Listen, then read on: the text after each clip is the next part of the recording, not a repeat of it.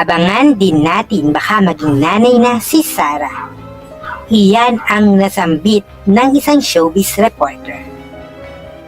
Nabisto rin kasi na super excited na rin daw si Daddy Mateo Godecelli kung sakali daw na magdadalang tao na ang ating pop star Princess Sarah Geronimo.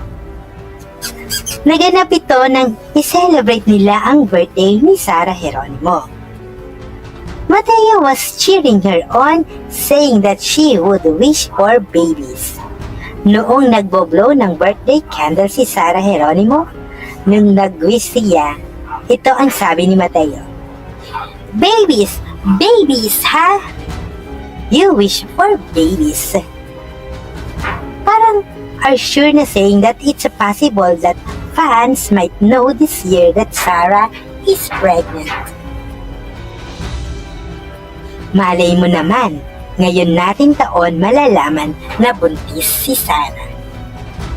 Iyan ang sinabi muli ng isang showbiz reporter. Matatandaan kasi noon na ginulat ni na Sarah at Mateo ang buong mundo nang magpakasal sila ng sikreto. Ito ay naging viral. Nagkaroon sila ng maraming pagsubok nang mangyari ang dapat na mangyari. Pero para sa kanila, ito ay tapos na.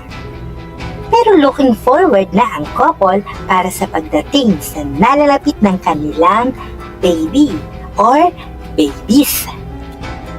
Sarah Asher Tua Geronimo Godecelli is a Filipina singer and actress. Geronimo rose to prominence in 2002 after winning the television singing contest Star for a Night.